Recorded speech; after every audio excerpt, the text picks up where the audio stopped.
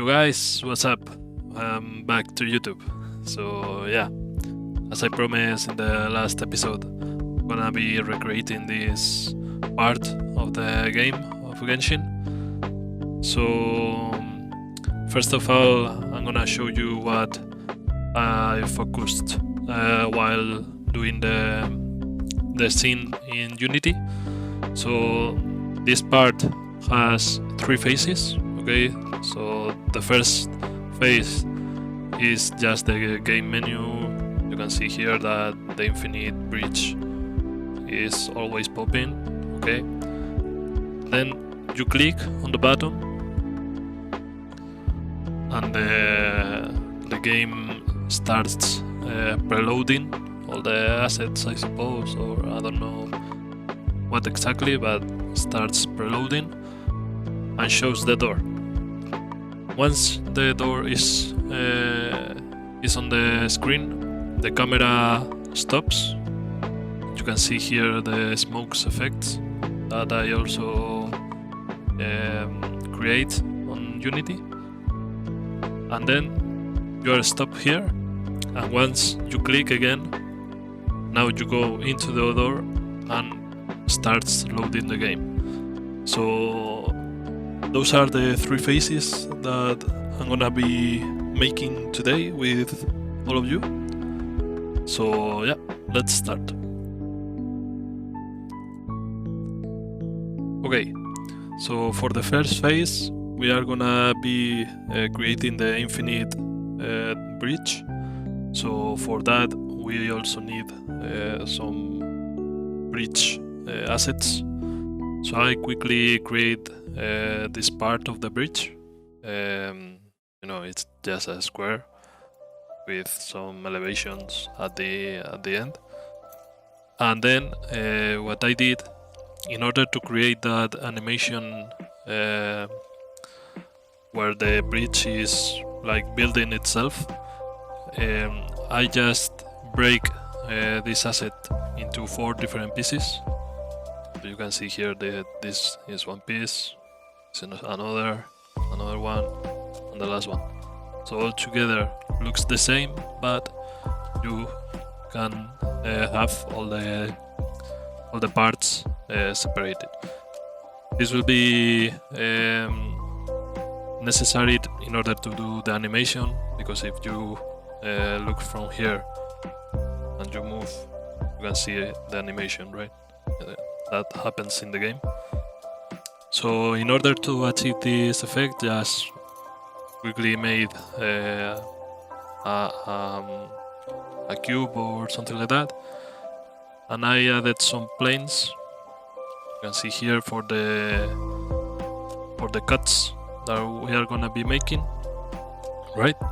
So in order to do the cuts, I used a modifier tool. So let me show you what exactly is the modifier tool.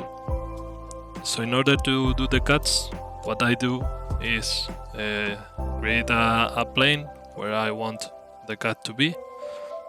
Then go to this icon right here, click on the bridge, and add a boolean modifier.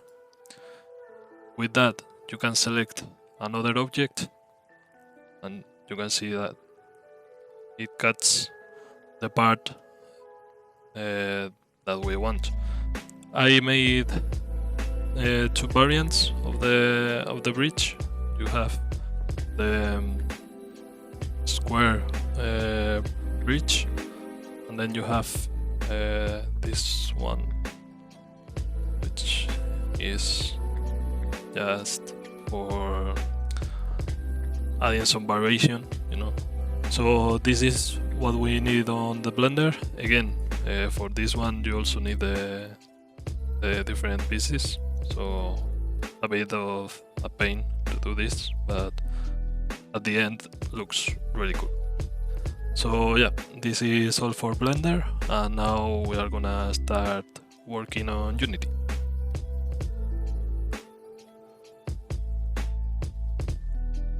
Okay guys, so here we are on Unity.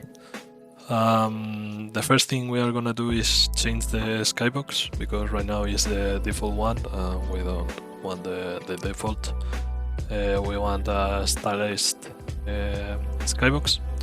So go to the Unity Asset Store, and here you have free stylized skybox. Really cool skybox.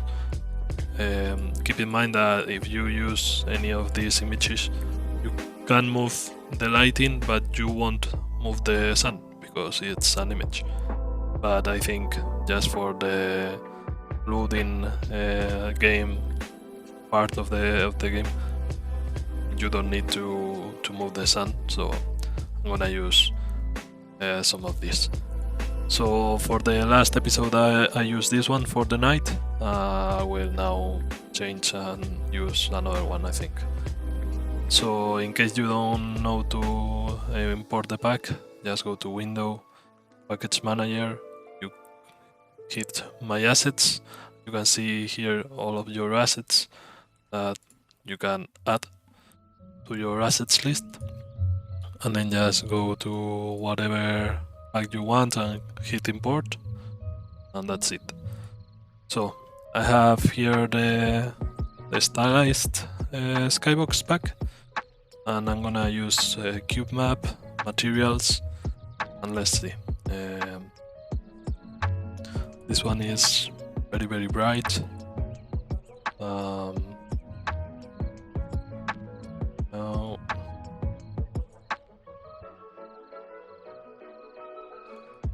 this is cloudy, I don't like it. Okay, I'm gonna use the first one. Perfect. So we have here the skybox, and I'm gonna activate the global volume that I have. Very simple. If you want to copy, bloom 1.5, density 1, scatter to 0.7 almost, a little bit of vignette, and some color adjustments, because the curves is just to make it more bright, the scene, because I was using the night skybox and it was a little bit too dark. I don't use it. That one, and yeah, let's start. We have now the basic scene. Let's start building the bridge.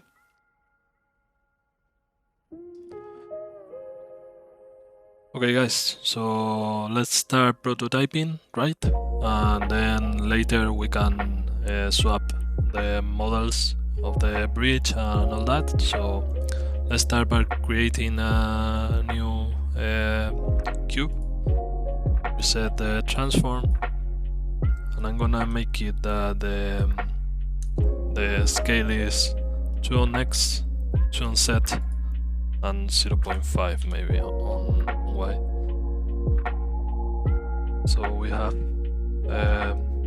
a part of the bridge. So we are gonna rename it to bridge A01, for example. Now we duplicate it 3 times. We can rename this.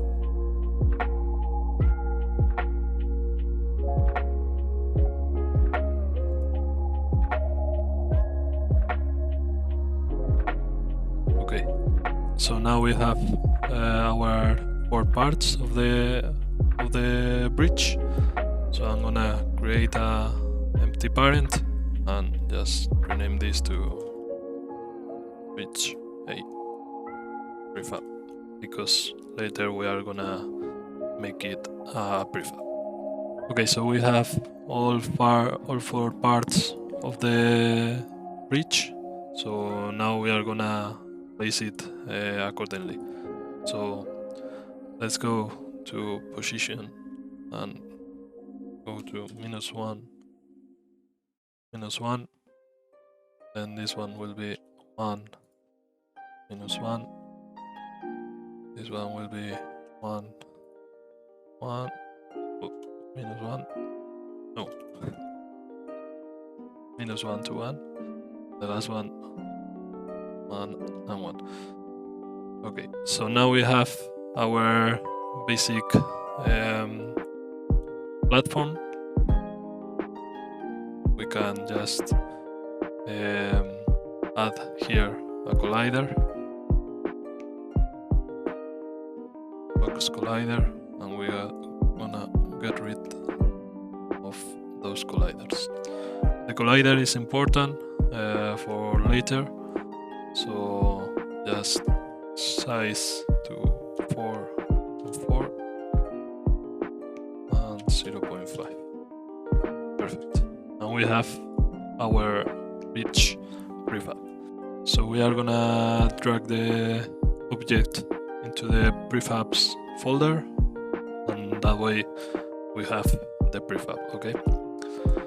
So next step is to have an animator, as we are gonna use some animation for the bridge. Okay, so that's the box collider, and also we need to apply a layer.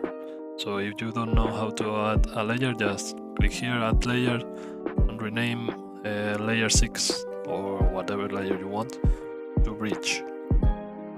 Once you have the layer, just click on the layer tag, change the children, and just hit OK and overwrite the prefab. Okay, so we have just one part of the bridge. Let's create the static bridge. Okay, call static bridge, because this will be the first part of the bridge, and they won't be deleted afterwards. Okay, so just drag and drop, and we can move this one. So I don't know, maybe with 3 it's okay, but just in case I'm gonna add 4.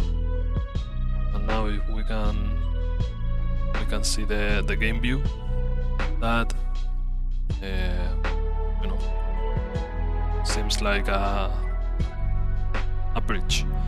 So if we want to move the camera, we can do it. I'm gonna use 2 on the height and the rotation. I'm gonna put like something like, I don't know, something like 3 degrees or something like this. Okay, so we have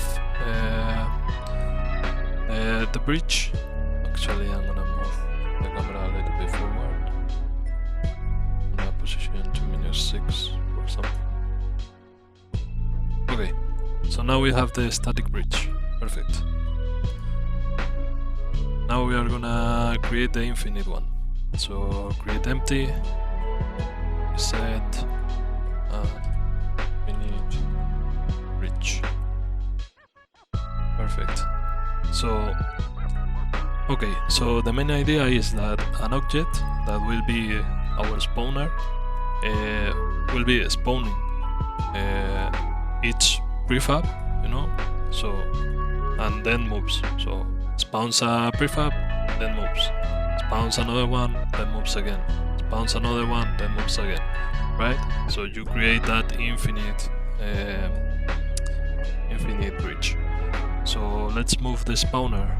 Let's reset the transform and move the spawner inside the infinite bridge. And on the infinite bridge, let's create a new script. And I don't know how to call it. Let's see. What? Game manager, for example, as we are gonna be managing also the animations and the UI. So yeah, let's call it like that. Yeah, let's open it. Okay guys, so this is the code. I just code this part. So this is just for the spawner, and let's see.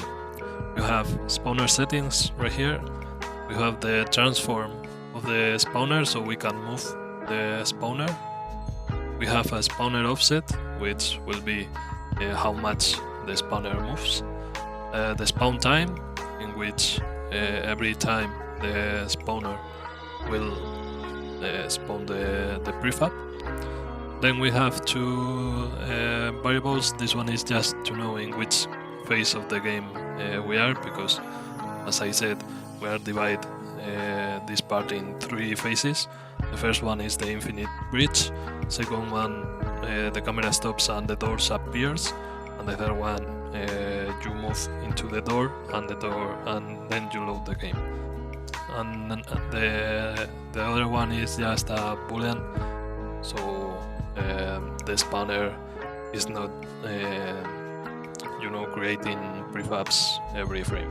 So yeah. On the start we tell the code that we can spawn the next bridge, and then in the update I've made this small function that if we are on the phase 1 we will be spawning the prefabs. If we can spawn the next one, we'll spawn the prefab.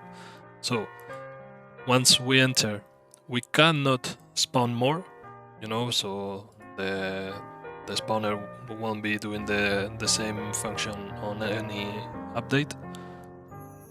Then we move the spawner position, and then we wait for the time for the spawn time we assigned it with just this coroutine that is just wait for these seconds. So in order to visually see this, we are gonna drag the spawner to the transform. As we are moving on set and the prefabs are 4 units from one side to another one, I'm gonna be moving these 4 units on set, and for the spawn time I'm gonna be using, I don't know, 3 seconds maybe. And now if we hit play, you can see that the spawner moves every 3 seconds. The spawner is moving, so we can spawn more prefabs. So cool, we have the spawner now. Okay, so let's keep going. Okay, so the next part is to reference the prefab that we are gonna be using and create a list of the game objects of the bridge. Okay, so in order to create a list, just copy this. I just name it bridge. Okay, so once you have copied this, you can go to the spawn bridge, and I added these lines of codes, which means once the spawner stops, he spawn a new prefab. Okay, then for this prefab the parent is null. Why I do this? Because if you spawn a new prefab, it will spawn as a child of the spawner. If the spawner moves, then the prefab also moves, and you don't want it. You just want the spawner to keep going forward, but the prefab to stay in place. So in order to achieve that, you just use this line of code and put the parent to null, so the spawner can still moving and the prefab will stay in place. So this is important. For the bridge prefab reference, you cannot use any of these game objects. You need to go to this folder right here on Prefabs and use this one.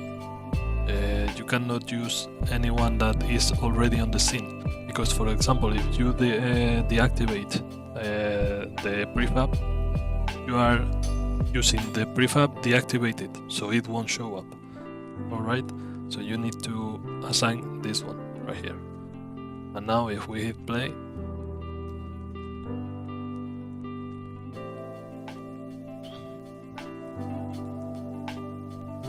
you can see one prefab has instantiated, 2, 3, as the spawner is going, 4, 5, and you create an empty node, an infinite bridge. So we have already the infinite bridge building itself. Let's keep going. Okay guys, so before continuing with the coding stuff and all that, I wanted to create the animation for the bridge, so you all can see how to make that kind of animation. First of all, I misspelled prefab here, so just just rename the prefab and that's it. The second thing is to create a new animator controller. So you just click here, create animator controller, and then you open the prefab and you assign the controller here. Okay.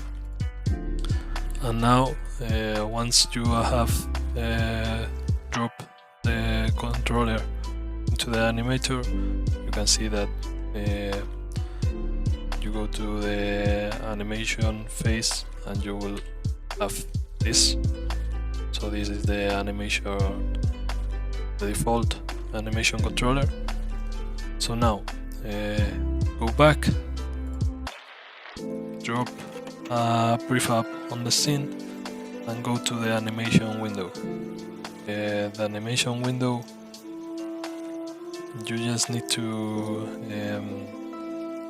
go to window, animation, and you have here the animation and the animator windows.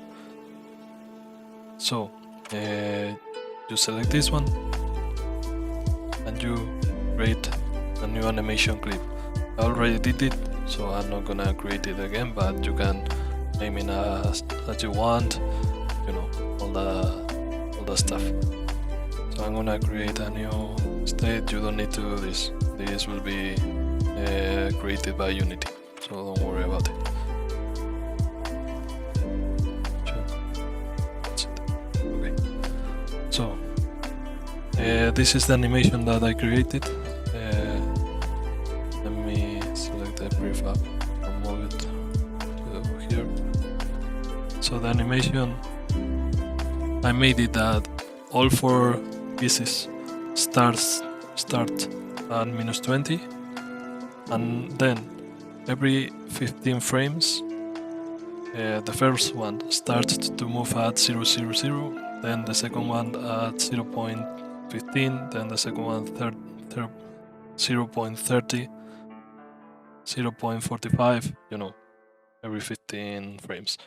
So what I did was starts on -20, goes to 0, and then 1 second later goes to 0 again.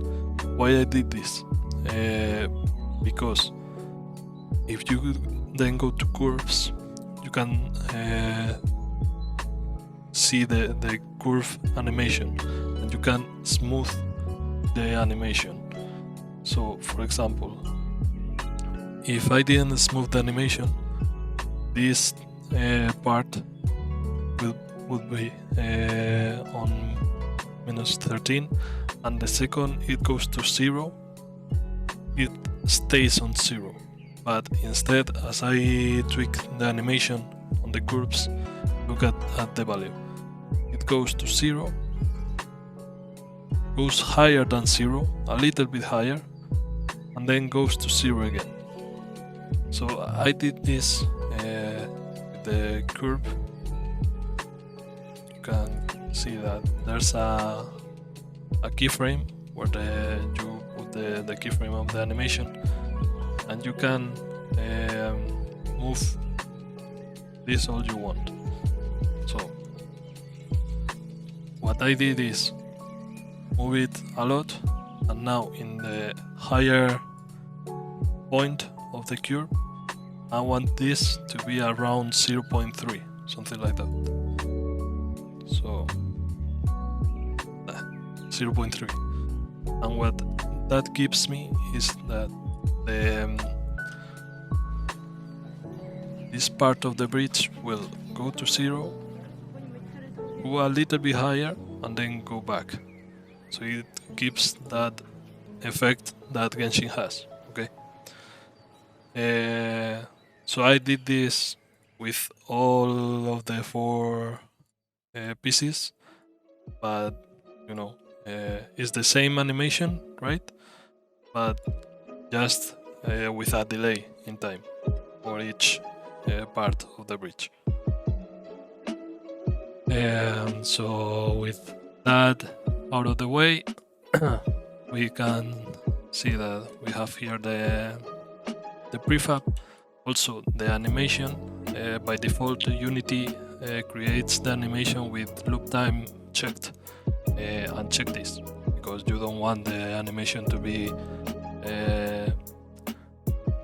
I don't know, moving the bridge all the time. You just want the animation and it's done. The bridge doesn't move at all. That's one part. Then you can delete this prefab, and for the static bridge, I don't know if you have the prefabs or not, but if you have the prefabs, they also have the animator, so they will perform the animation as well, and we don't want this. So let's hit right click, go to prefab, unpack, and they are no longer attached to this prefab. So we can remove the animator component, and the static bridge will not move, will not perform any animations. So with all that already tackled, let's go to the infinite bridge. In case you didn't assign this prefab, not the ones that you may have on the scene, you need to assign this one to the reference, and then you hit apply.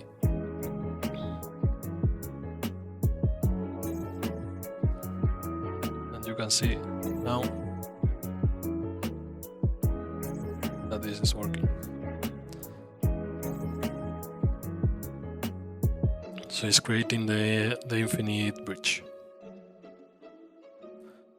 Okay guys, so we already have the bridge spawner. So the next thing we need to do is to move the camera, because if not, the bridge will be infinite, but the camera is not moving. So in the update, I've created a move camera function, and for this function to work, we need the reference to our main camera, to the transform of the main camera, and I create 2 different variables. The first one for the camera speed, and the second one for the camera position. So the camera position will be initialized to 0, and the camera speed will do some math. It's really simple. Just the distance you move, or the time you need to take to move that distance, right? So nothing too crazy. Okay, and now until we spawn the bridge, we move the camera. So we move the camera, and if we are on the phase 1, which we are, the position in the Z axis will be the speed of the camera dot time delta time. Keep in mind that if you don't use time delta time, it won't be the same speed for someone with 30 FPS than for someone with 128 FPS. Then, once we have the position on set, because we only are moving on set, then we apply this change in value to our position, or to the position of the camera. So that's it. And then when you go to the infinite bridge, you assign the main camera transform, and that's it. Hit play.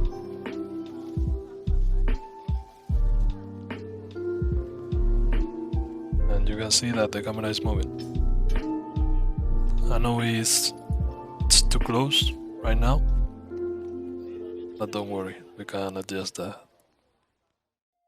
But then the camera goes away.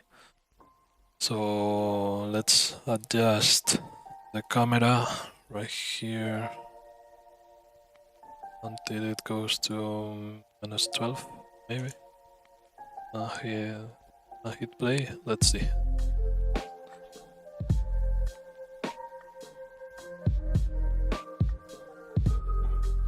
Okay, this is much better. Perfect. Okay, so we have the infinite bridge and we have the camera moving. We need to delete now all these clones because, you know, performance. So yeah, let's go. Okay guys, so we've already done the spawn bridge and the move camera functions. So now we need to create the delete bridge. So for the performance of the scene.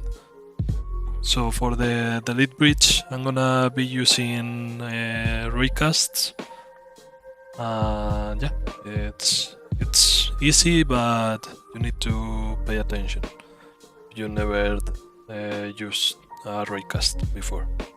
So the first things first, I create this ray and a raycast hit for the info of the hit. Then I use a distance of 5 for the ray, and we need a layer to collide with. So this is why I first told you that the bridge prefab need to have the bridge layer. Okay, so if you didn't do it before, just do it now, because otherwise it won't work. So let's start. Let's go to the function, and we have the function here. So we assign the origin of the ray in the position of the camera. Then we tell the ray the direction is going downwards, right? So it's transform point dot up, but with the minus. Then this is just for so we can see it on the editor, just the book draw line so we can see the ray. And then the fun part happens here. So if the ray, you know, goes down and hits the floor, and the floor has this layer, okay, it generates some info that will be put in camera ray info. Then if the info of the collider of that game object it's contained on the list of bridges that we already have right here, let me show you. Here. every time a bridge is spawned, we add the bridge here to this list. So if we hit an object with the tag, sorry, not the tag, the layer type bridge, and that object is contained in this list, we check the index of that object. Why? Because, for example, I'm gonna show you an example.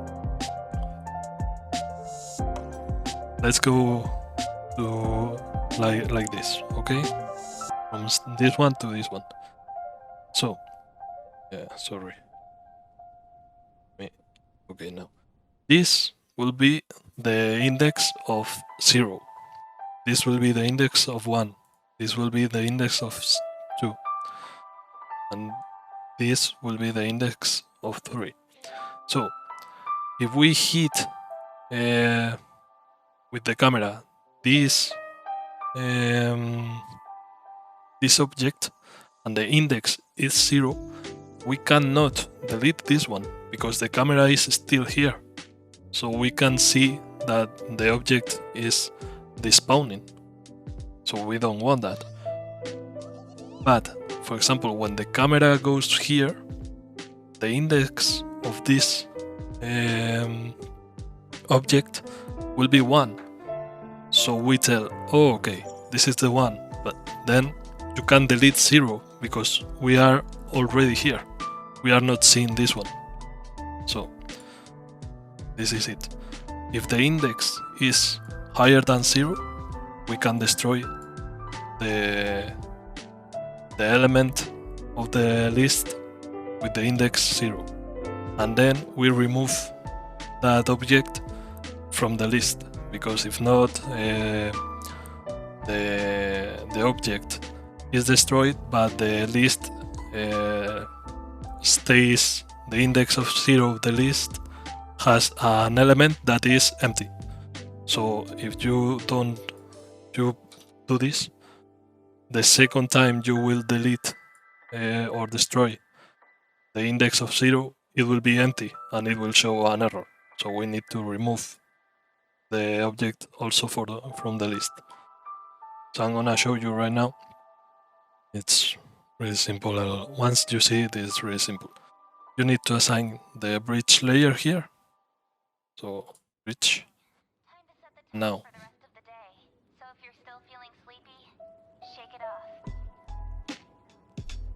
You can see the raycast here.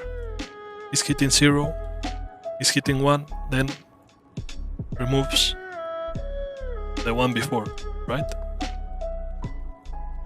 And as you are already ahead, you cannot see the floor despawning.